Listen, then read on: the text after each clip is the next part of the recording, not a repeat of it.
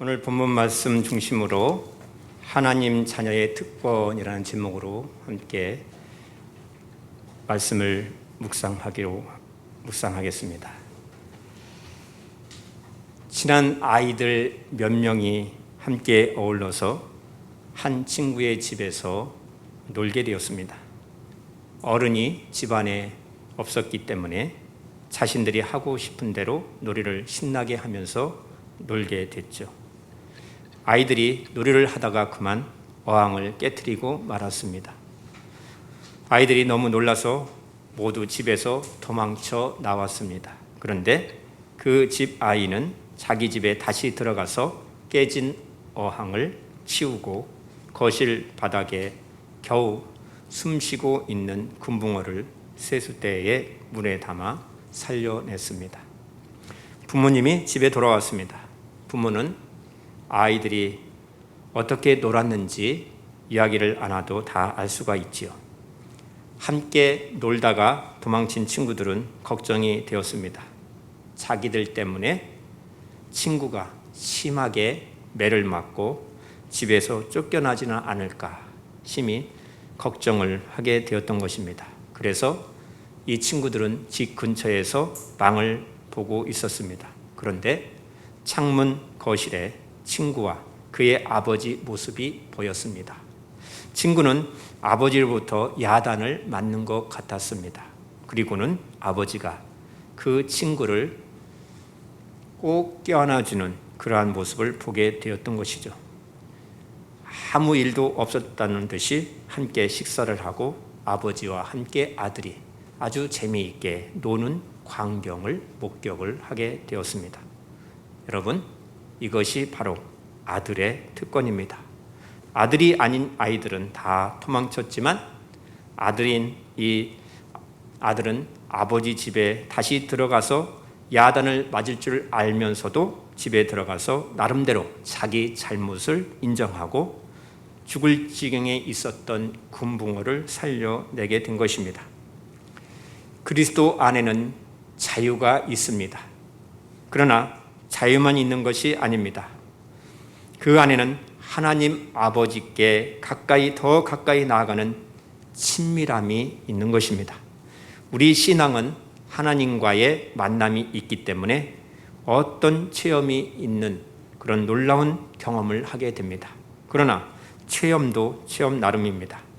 두려운 공포의 체험도 할 수 있을 것이고 아주 따뜻한 만남의 체험도 할 수 있을 것입니다. 이스라엘 백성들은 광야에서 하나님을 체험했습니다. 그런데 그들의 체험은 무섭고 두려운 하나님이었습니다. 그래서 그들은 율법에 갇히게 되었던 것입니다. 그러나 이제 복음 안에 있는 우리들에게는 특별한 선물이 주어졌습니다. 그것은 아주 친밀하게 가까운 하나님 아버지를 만나는 체험을 하게 된 것입니다. 오늘 본문 말씀은 복음을 받은 우리들에게 주어진 것이 얼마나 귀중한 것이고 특권인지를 말씀하고 있습니다. 사도 바울은 어린 아이가 성년이 되는 율법이 우리를 그리스도께로 인도하는 초등교사가 되어 믿음으로 말미암아 의롭다함을 얻게 하여 그리스도 예수 안에서 하나님의 아들이 되었다라고 비유를 사용하여서 구원 이전의 신자의 삶과 구원 이후의 신자의 삶을 대조하여 설명을 해주고 있는 것입니다. 갈라디아 4장에서 바울은 3장에서 말씀한 것과 같은 주제, 즉 우리가 의롭다함을 얻음과 성령으로 거듭남이 율법의 행위로냐 듣고 믿음으로냐 하는 그 쟁점을 다른 각도에서 다시 한번 설명을 해주고 있는 것입니다. 3절 말씀에서 이와 같이 우리도 어렸을 때에 이 세상의 초등학문 아래에 있어서 종노릇 하였더니 우리로 아들의 명분을 얻게 하셨는데 다시 종노릇 하려 하느냐. 이것은 어렸을 때에 율법 아래에 있었을 때에 믿음이 오기 전에 그러했다라고 말씀하고 있는 것입니다. 그럼에도 불구하고 어떻게 아들의 명분을 얻게 되었나요 하는 것입니다. 하나님의 독생자를 보내사 율법 아래에 있는 우리를 속량해 주시고 우리로 아들의 명분을 얻게 해 주셨다고 말씀하고 있습니다. 그런데도 다시 율법으로 초등학문으로 돌아가서 종노릇 하려느냐 하고 심하게 책망을 하고 있는 것입니다. 서울 강남에 살고 있는 소위 건물주 아주 부자가 아내와 이혼을 하고 6살 된 아들 하나만 남겨두고 심장마비로 갑자기 죽었습니다. 아버지의 모든 재산은 하나밖에 없는 아들의 것입니다. 그러나 이 아들은 재산을 마음대로 사용할 수 없습니다. 왜냐하면 아들은 너무나도 어리기 때문에 그 재산을 관리할 능력이 없습니다. 이렇게 어린 아이에게 재산권을 다 넘겨준다면 아이는 이 재산이 얼마나 귀한 것인지를 알지 못할 것입니다. 그냥 낭비할 수도 있고 아니면 나쁜 사람들에게 다 빼앗길 수도 있습니다. 어떻게 해야 합니까? 아버지가 유언장에 정해놓은 때까지 아들은 전혀 재산을 사용할 수가 없게 하는 것입니다. 그 대신 그 아들에게 후견인을 두어서 법적으로 보호를 받게 하고 재산도 지킬 수 있게 하는 것입니다. 본문 1절과 2절 말씀을 보시면 내가 또 말하노니 유업을 이을 자가 모든 것의 주인이나 어렸을 동안에는 종과 다름이 없어서 그 아버지가 정한 때까지 후견인과 청지기 아래에 있나니 라고 말씀합니다. 이것은 누구나 상식적으로 알 수 있는 말씀이죠. 후견인은 미성년 아이를 돌보는 일을 맡았던 종이었습니다. 청지기는 그 아이가 성년이 될 때까지 그들의 자산을 관리하는 사람이었습니다. 어린 아이에게 엄청난 재산을 맡긴다는 것은 그 모든 것을 빼앗기라라는 말과 같은 것입니다. 그래서 이 아들은 지각이 생길 때까지, 성년이 될 때까지 후견인의 감독 밑에서 이 세상의 이치를 배우게 하는 것입니다. 이는 하나님의 의도를 이해하기 쉽게 비유를 들어서 우리에게 설명해 주고 있는 것입니다. 3절 말씀을 다시 보시면 이와 같이 우리도 어렸을 때에 이 세상의 초등학문 아래서 있어서 종노릇 하였더니 라고 말씀하고 있습니다. 여기서 중요한 것은 세상의 초등학문이라고 말합니다. 세상의 초등학문이 무엇입니까? 복음이 이 세상에 오기 전에 나름대로 이 세상의 전통이나 사람 문제에 대한 신화나 미신 같은 것을 의미하는 것입니다. 물론 학문의 체계 또 학문적인 깊이를 말하는 것은 아닙니다. 하나님의 말씀이 없을 때에 사람들이 이 세상의 원리에 대하여 나름대로 지켜야 할 규칙으로 만든 것을 따랐다는 것입니다. 우리나라에도 초등학문이 아주 심했습니다. 젊은 두 남자가 사랑하여 결혼하게 되는 시점에 집안 어른들은 궁합을 보게 됩니다. 출생일과 시간을 따져 사주를 보는 일을 하였지요. 또한 이사할 때에도 길이를 택하여서 이사를 하게 하였습니다. 왜 그랬습니까? 인간의 운명이 정해져 있기 때문에 자연의 섭리를 거스르지 않는 것이 사는 길이라고 그렇게 믿었기 때문인 것입니다. 이것은 거의 대부분 미신과 관계가 있는 것입니다. 사도 바울은 여기서 율법을 초등학문이라고 부르고 있습니다. 왜냐하면 율법이 너무나도 변질되어서 거의 미신에 가깝게 그들이 적용하였기 때문인 것입니다. 그래서 이와 같이 우리도 어렸을 때 우리에게 적용을 시키고 있는 것입니다. 그렇다면 하나님의 유업을 이을 자인 우리가 어렸을 때, 그 어렸을 때가 어느 때를 가리키는 것일까요? 사도 바울은 이 세상 초등학문 아래, 즉 율법 아래 있었을 때라고 말씀을 하고 있습니다. 다시 말하면 구약시대 하나님의 자녀들이 후견인과 청지기 아래에 있었을 때라고 말씀하고 있는 것입니다. 하나님께서 아브라함에게 천하 만민이 내 씨로 인하여 복을 받을 것이다 라고 말씀하셨습니다. 이 언약을 말씀하셨을 때에 그 언약 안에서 아브라함 씨, 즉 그리스도 안에서 이미 하나님의 상속자였다라고 말씀하고 있습니다. 그래서 본문 9절과 본문 29절에서 이렇게 말씀하고 있습니다. 너희는 하나님을 알 뿐만 아니라 하나님께서 너희를 주셨다고 말씀하고 있고, 그런데 어찌하여 다시 약하고 천박한 초등학문으로 돌아가서 종로를 하려고 하는가? 그러나 그때의 육체를 떠난 사람이 성령을 떠난 사람을 박해한 것과 같이 지금도 그러하다라고 말씀하고 있습니다. 너희가 그리스도께 속한 자면 곧 아브라함의 자손이요 약속대로 유업을 이을 자라고 말씀하고 있는 것입니다. 여기서 사도 바울이 강조하는 것이 무엇입니까? 자기 자신도 맹목적으로 신앙생활을 한 때가 있었다는 것입니다. 그런데 이것을 신앙이라고 표현하지 않는 이유는 아무것도 모르고 맹목적으로 열심을 내었기 때문인 것입니다. 바울이 사울일 때에 복음을 듣기 전에 많은 율법적인 지배를 받은 경험이 있었습니다. 그래서 그리스도인들을 핍박하였습니다. 복음을 거절하였습니다. 바울은 아무런 경험 없이 복음을 직접 듣게 되었습니다. 그는 다메섹 도상에서 부활하신 주 예수님을 만났습니다. 십자가의 복음을 들었습니다. 자기 눈으로 주 예수님이 살아 계셔서 말씀하시는 주님을 직접 만나는 체험을 하게 되었던 것입니다. 주님으로부터 복음의 설교를 직접 들었습니다.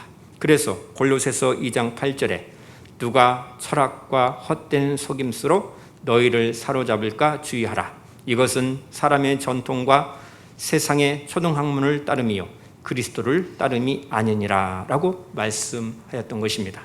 여기서 바울은요 철학을 초등학문의 범주에 포함시키고 있습니다. 사람들은 철학하면은 대단한 고등학문으로 그렇게 생각을 합니다. 그러나 복음을 깨달은 사람은 철학을 초등학문에 불과한 것이다 라고 알게 된다는 것입니다.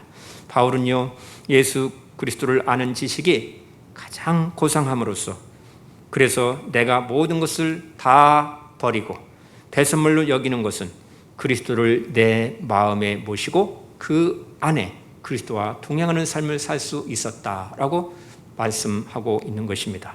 복음이 오기까지 아들의 명분을 얻었다라는 말씀이 4절에서 7절 말씀입니다. 4절과 5절을 보시면 때가 참에 하나님이 그 아들을 보내사 여자에게서 나게 하시고 율법 아래에 나게 하신 것은 율법 아래에 있는 자들을 속량하시고 우리로 아들의 명분을 얻게 하려 하심이라 라고 말씀합니다. 하나님의 시간표에 맞춰서 하나님의 구원 계획이 요구되는 종교적, 문화적, 정치적인 조건이 정확하게 무르익었을 때에 주 예수님께서 이 세상에 오셨다라고 말씀하고 있습니다. 이 말씀은 약속하신 자손이 오신 후에 우리의 신분과 지위가 어떻게 변화되었는지를 설명을 해 주는 것입니다. 하나님이 그 아들을 보내사라고 말씀했는데 이 말씀은 아버지가 아들을 위하여 후견인과 청지기와 초등학문의 굴레에서 해방시키는 성년 의식을 치르기 위한 그 때를 말하는 것입니다. 인류가 타락하고 난 후 얼마나 많은 세월이 지난 후에 왜 예수님이 이 세상에 오시게 하였을까요? 하나님은 인류가 타락하자마자 예수님을 보내주셨더라면 사람들이 많은 세월 동안에 미신 가운데 방치되지 않았을 것입니다. 그런데 하나님은 모든 일을 때가 찬 경륜 가운데 역사하시는 분이라고 말씀하고 있습니다. 때가 찼다는 것은 하나님께서 생각하시고 계획하신 시간이 다 되었다라는 것입니다. 하나님께서 왜 그렇게 하셨을까요? 기나긴 긴 시간은 인간들로 하여금 자신의 죄성을 충분히 보게 하시는 그 시간을 의미하는 것입니다. 그리스도가 오시기까지 사람들은 나름대로 스스로를 구원하기 위하여 할 수 있는 방법들을 다 동원해 보았습니다. 그것이 이스라엘 백성들의 율법이었던 것입니다. 이스라엘의 실패한 역사가 무엇인가요? 인간의 죄성은 너무나도 강해서 율법으로는 해결할 수 없다는 것이었습니다. 서양에는 철학이 있습니다. 그러나 그 철학과 신화가 할 수 있는 것은 허황된 공상밖에 아무것도 할 수 없었습니다. 동양에는 윤리가 있습니다. 그 윤리가 사회 질서는 유지할 수 있었지만 인간의 죄의 문제는 풀지 못했습니다. 결국 이런 모든 초등학문들은 미신이었고 주술적인 것이었다라고 말씀하고 있는 것입니다. 하나님께서 때가 차고 난 뒤에 하나님의 경륜에 따라 아들을 보내신 것은 사람들로 하여금 스스로 부족함을 깨닫게 해주시고 예수 그리스도가 유일한 나의 구세주요 구원자이심으로 주님을 영접하도록 하기 위함이라고 말씀하고 있는 것입니다. 그런데 그 아들을 여자에게서 나게 하시고 율법 아래에 나게 하신 것은, 이 말씀은 무슨 뜻입니까? 하나님의 아들이 인간의 몸으로 이 세상에 오신 성육식 사건, 인카네이션의 은혜는 우리의 머리로는 상상할 수 없는 하나님의 지혜요 하나님의 방법이었음을 말씀하고 있는 것입니다. 우리는 이것을 하나님의 경륜이라고 부르고 있습니다. 하나님이 왜 육신을 입고 이 땅에 오셨습니까? 율법 아래 나게 하신 것이라고 말씀하는 것입니까? 예수님은 율법의 수여자이시기 때문인 것입니다. 누가복음 2장 21절을 보시면 할례할 8일이 되매 그 이름을 예수라 하니 곧 잉태하기 전에 천사가 일컬는 바라 라고 말씀하고 있습니다. 예수님은 태어난 지 8일째 때에 하나님의 명령에 따라 율법에 명시한 대로 할례를 받았다고 성경은 기록하고 있습니다. 또 마태복음 3장 16절을 보시면 예수님께서 세례를 받으시고 곧 물에서 올라오실새 하늘이 열리고 하나님의 성령이 비둘기같이 내려 자기 위에 임하심을 보시더니 라고 말씀하고 있습니다. 예수님은 사람에게, 요한에게 세례를 받으심으로 인하여서 죄인과 하나가 되셨다라고 말씀을 하고 있는 것입니다. 이는 그리스도께서 최종적으로 인간의 그 죄를 담당하셨다라는 의미인 것입니다. 이것이 율법 아래 나셨다라는 뜻인 것입니다. 그리스도께서 왜 그렇게 하셨습니까? 5절 말씀을 다시 보시면 율법 아래에 있는 자들을 속량하기 위함이라고 말씀하고 있습니다. 예수님은 우리를 위하여서 할례를 받으시고 세례를 받으셨습니다. 예수님은 우리를 위하여 율법의 저주 아래 있었다고 말씀합니다. 갈라디아서 3장 13절을 보시면 그리스도께서 우리를 위하여 저주를 받으신 바 되사 율법의 저주에서 우리를 속량하셨으니 곧 십자가에 달리셨다라고 말씀하고 있습니다.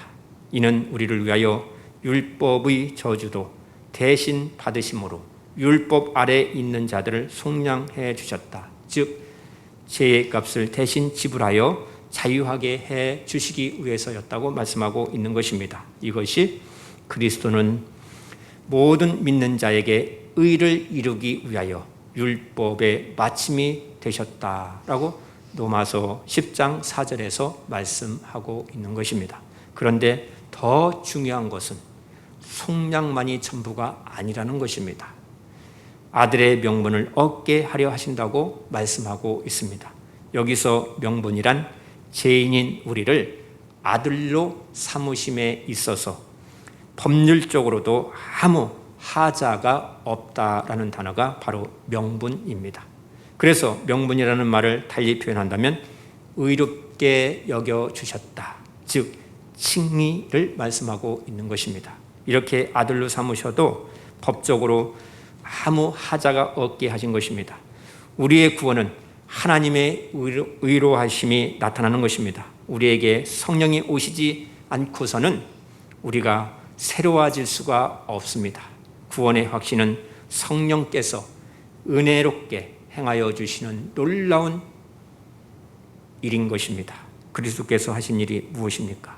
예수님은 하나님 아버지의 뜻에 따라서 스스로 육신을 입고 이 땅에 오셔서 율법의 모든 과정을 다 통과하시고 마침이 되시고 하나님 아버지로부터 성령을 받으셔서 율법 아래 있는 자들의 마음을 새롭게 바꾸어 놓으셨다라고 말씀을 하는 것입니다. 하나님께서 우리에게 궁극적으로 바라시는 것이 무엇입니까? 우리 혼자의 힘으로는 감당할 수 없었던 하나님의 법을 성령의 힘으로 지키게 해 주셨다는 것입니다. 그래서 복음과 율법이 무엇인지 정확하게 알아야 하는 것입니다.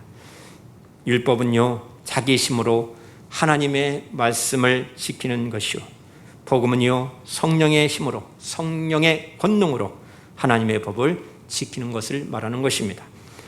그리스도께서 우리에게 주신 가장 고귀한 선물이 무엇입니까? 그것은 하나님 앞에서 말씀에 대한 법을 담대히 우리 마음 가운데, 우리 심령 가운데 지키는 것입니다. 그렇다면 우리가 법적으로만 하나님의 아들이 되었는가요? 이에 대하여 6절에서 말씀하고 있습니다. 너희가 아들이므로 하나님이 그 아들의 영을 우리 마음 가운데 보내사 아빠, 아버지라 부르게 하셨느니라. 하나님이 그 아들의 영을 우리 마음 가운데, 우리 심령 가운데 보내주셨다고 말씀하고 있습니다. 아들의 영을 우리 마음 가운데 주셨다는 이 말씀은 바로 거듭남을 의미하는 것입니다. 그러니까 하나님께서는 복음을 듣고 믿는 우리들에게 법적으로만이 아니라 아들의 영을 주셔서 성령 충만케 해 주셔서 명실상부한 하나님의 자녀로 삼아 주셨다라고 말씀하고 있는 것입니다. 그래서 아들이면 아빠, 아버지라 부르는 특권을 주셨다는 것입니다. 아빠의 호칭은요, 어린 아이들이 애정을 담아서 아버지를 부를 때 쓰는 아라버시 단어입니다. 사랑하는 성도 여러분, 여러분의 마음 중심으로부터 주님을 사랑하고 사모하면서 진실한 마음으로 하나님을 아빠, 아버지라고 부르십니까? 여기서 아빠라는 말은 친자식이 아버지를 가장 친근감 있게 부른다는 호칭이 바로 아빠인 것입니다. 성령께서 우리에게 주시는 가장 놀라운 것은 하나님에 대하여 공식적으로 아버님이라고 부르게 하지 아니하시고 아빠라고 부를 수 있는 특권을 주셨다는 것입니다. 이 세상에서 그리스도 외에 어느 누구도 하나님 앞에 가까이 친밀하게 나아가신 분은 없을 것입니다. 이것이 하나님 앞에서 우리의 위치이고 우리의 특권이 주어졌음을 성경은 말씀하고 있습니다. 그래서 우리는 하나님 앞에 서 있는 것입니다. 하나님 앞에 하나님께 예배를 드리는 것입니다. 그러면 아들의 특징이 무엇인가요? 7절에서 말씀합니다. 그러므로 내가 이후로는 종이 아니요 아들이니 아들이면 하나님으로 말미암아 유업을 받을 자니라 라고 말씀합니다.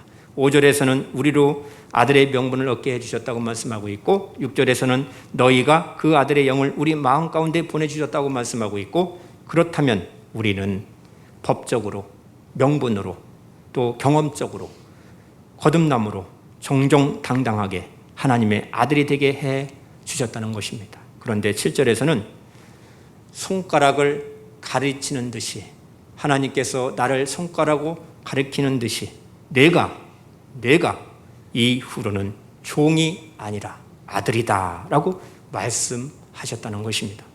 하나님께서 우리를 택하시고 양자로 입적을 시켜주시고 거듭나게 해 주실 때는 내가, 너희가 하고 한 사람씩 한 사람씩 지명하여 불러주셔서 아들로서 나 같은 죄인에게 구원의 은총과 확신을 갖게 해 주셨다라고 말씀하시는 것입니다. 우리를 율법의 저주에서 속량해 주셨습니다. 우리를 의롭다 여겨 주셨습니다. 아들의 명분을 얻게 해 주셨습니다. 전에는요, 하나님을 알지 못하였을 때 사단의 소굴에 있던 우리의 몸을 이제는 깨끗하게 해 주셔서 우리를 성전으로 삼아 주셨다고 말씀하고 있습니다. 이것이 곧 아들의 영으로, 성령으로 거듭나게 해 주셨다라는 뜻인 것입니다.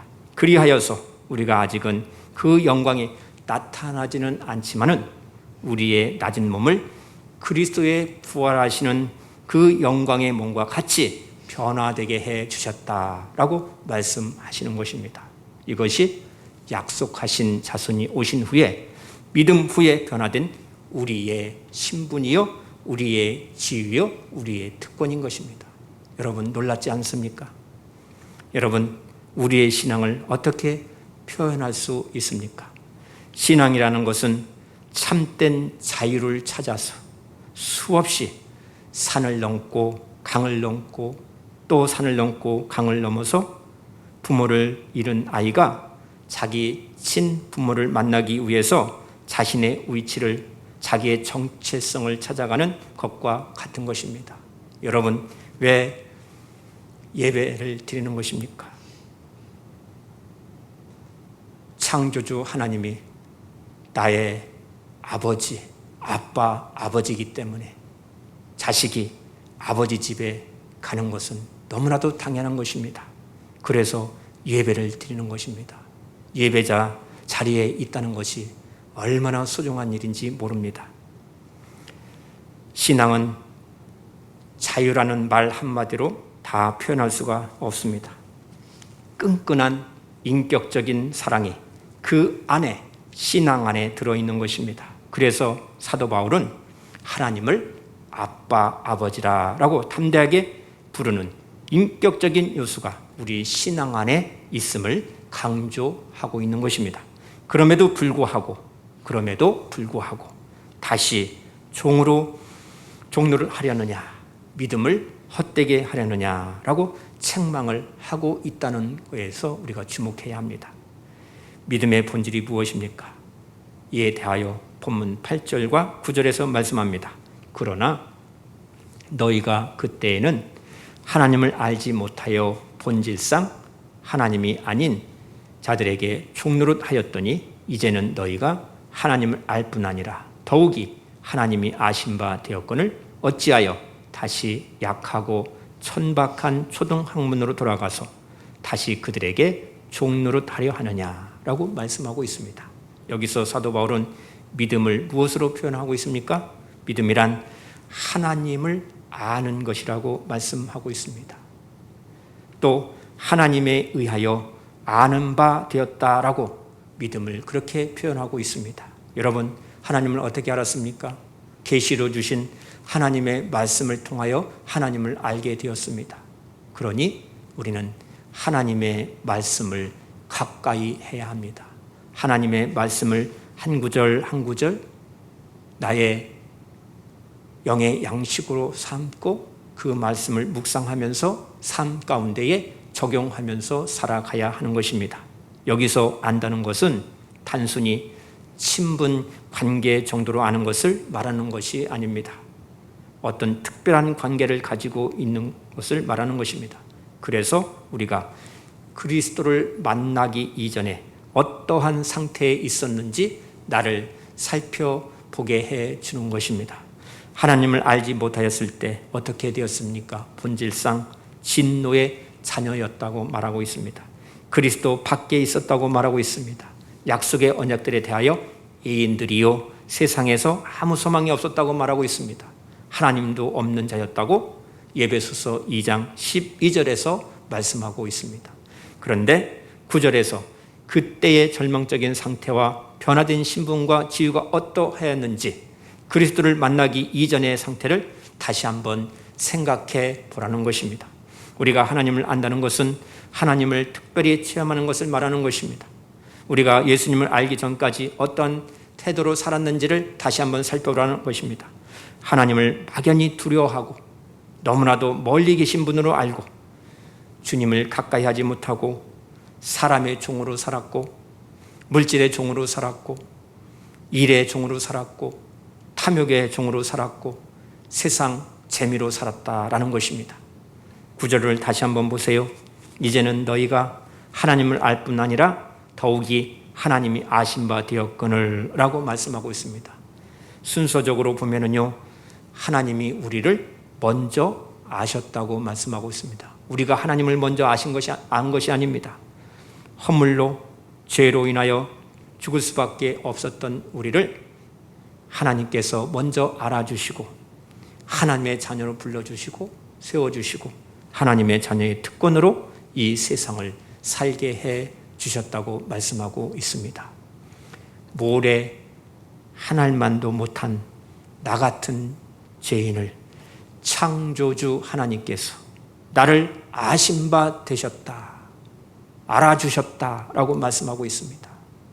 그래서 욥은요, 욥기 25장 6절에서 이렇게 말합니다. 나는 벌레인 사람입니다. 나는 구더기 같은 인생입니다. 라고 하나님 앞에서 고백하였습니다. 사랑하는 여러분, 하나님을 안다는 것은 경이롭고 놀라운 축복인 것입니다. 하나님께서 나를 아신 것만이 아니라 하나님께서 나를 알아주시고 나를 하나님의 자녀로 택하여 주시고 또 세상 가운데 나를 불러주시고 의롭게 하시고 영화롭게 해 주셨음을 여러분 믿으시기 바랍니다. 우리가 하나님께 예배를 드림이, 우리가 하나님께 찬양과 기도를 드림이, 우리가 헌신과 봉사일을 하는 것도 하나님의 은혜를 입었기 때문인 것입니다. 복을 받기 위해서 예배를 드립니까? 물론 복을 받기 위해서 예배를 드린다, 잘못된 것은 아닙니다. 하나님이 나의 아빠, 아버지므로 자녀로서 당연히 하나님 앞에 예배를 드리는 것입니다.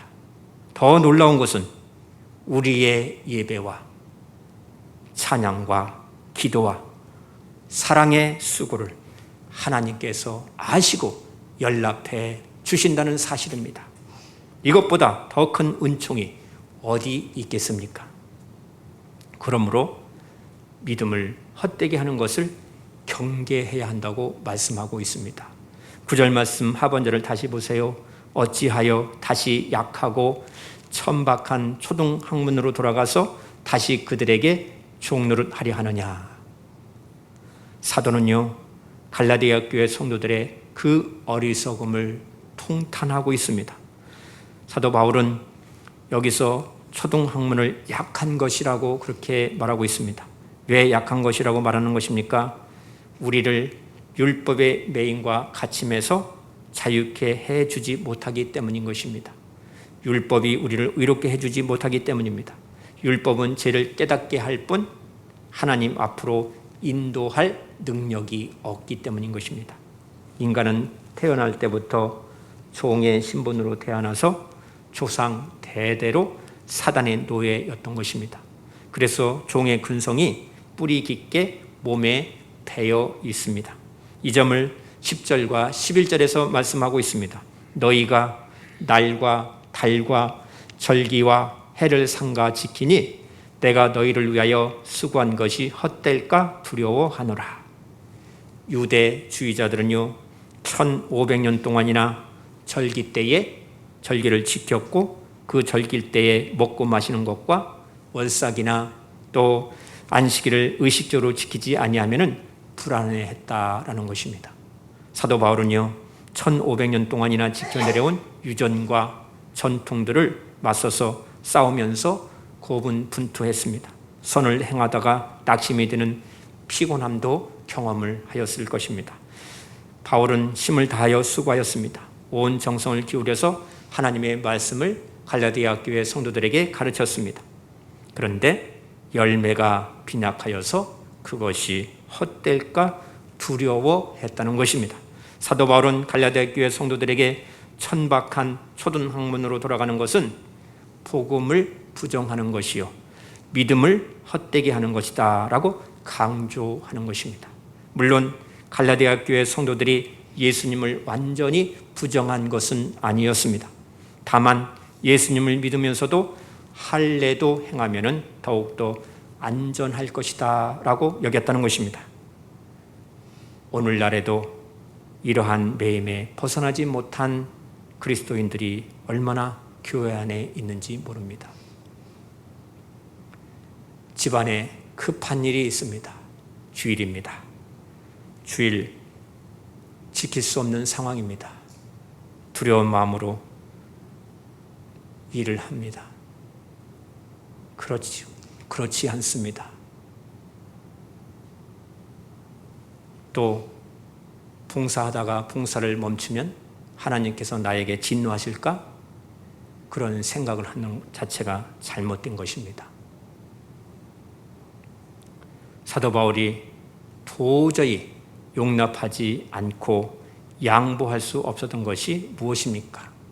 할례 자체에 있었던 것이 아니라 오직 하나님의 말씀, 오직 하나님의 은혜, 오직 믿음, 복음을 의지하지 아니하고 그리스도의 영광의 복음이 불완전한 것이다 라고 첨부하여서 율법으로 다시 돌아가는, 즉 헛된 철학과 세상의 초등학문으로 쏟고 있었기 때문인 것입니다.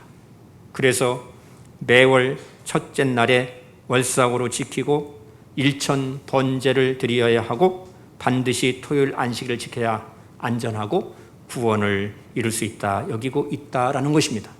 이것이 바로 헛된 의식주의에 사로잡혔다라고 말하는 것입니다. 구원은 하나님이 값없이 은혜로 주시는 선물이지만 그 구원에는 반드시 책임이 따른다는 것도 우리가 알아야 합니다.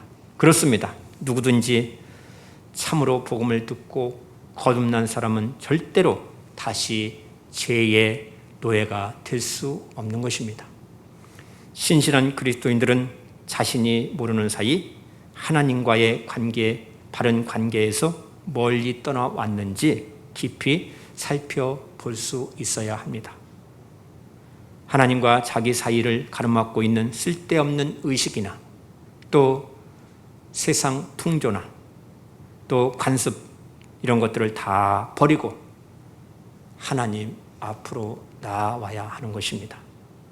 주님의 십자가만을 자랑하고 복음 증거를 하면서 영혼 구원에 앞장서야 하는 것입니다. 갈라디아서는 목마른 상태에서 하나님의 은혜를 간구하면 생명수가 찬란하게 솟아오른다라는 그러한 말씀으로 가득 차 있습니다. 이 짧은 서신서가 다시 죄의 노예가 될 뻔한 갈라디아 교회를 복음의 능력으로 자유하게 해 주셨던 것입니다. 사랑하는 성도 여러분, 우리 모두는 인간적인 자랑을 다 버립시다. 우리 모두 하나님 앞에서 내가 죄인임을 고백하고 성령의 능력을 의지하고 생활합시다. 하나님과 우리 사이에 불필요한 여러 영적인 찌꺼기가 우리 마음 가운데, 심령 가운데 생기지 못하도록, 들어오지 못하도록 하나님의 말씀을 더욱더 사모하고 성령 충만한 가운데 예배자가 되시기를 바랍니다. 우리는 아직 영적 싸움에서 완전한 승리를 한 것이 아닙니다. 예배의 감격이 생활로 연결되지 아니한다면 결국 더 강한 의식주의가 들어올 수밖에 없는 것입니다. 세상의 욕심을 다 버리고 복음의 능력이 우리 삶 가운데에 하나님의 자녀로서 그 특권을 날마다 증거함으로써 생명을 살리는 교회 성도들이 다 되어서 축복의 통로가 되시기를 주님의 이름으로 축복합니다. 기도합니다. 하나님 감사합니다. 율법의 저주에서 저희들을 속량해 주셨습니다. 감사합니다. 의롭다 여겨주셨습니다. 감사합니다. 아들의 명분을 주셨습니다. 더욱더 감사합니다. 하나님을 알지 못하였을 때 전에는 사단의 소굴이었습니다. 우리의 몸을 깨끗하게 해주셔서 이제 성전으로 삼아주셨음을 더욱더 감사합니다. 더욱이 아들의 영, 그리스도의 영, 성령으로 충만케 하여 주옵소서. 더욱더 생명의 말씀, 언약의 말씀을 붙들고 이 어지러운 세상을 살게 하여 주옵소서.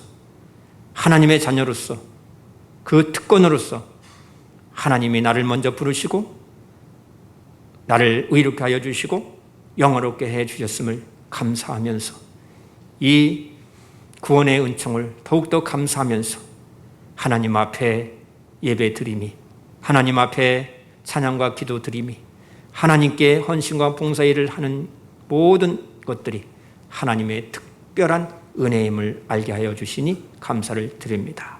주님, 이 모든 것들이 하나님께서 인정하여 주시고 연락하여 주심을 감사합니다. 복음의 능력을 더하여 주셔서 하나님의 자녀로서 복음을 증거하고 생명을 살리는 교회로 축복의 통로가 되는 우리 온 성도들이 다 되게 하여 주실 줄 믿사옵고 예수님의 이름으로 기도드리옵나이다. 아멘.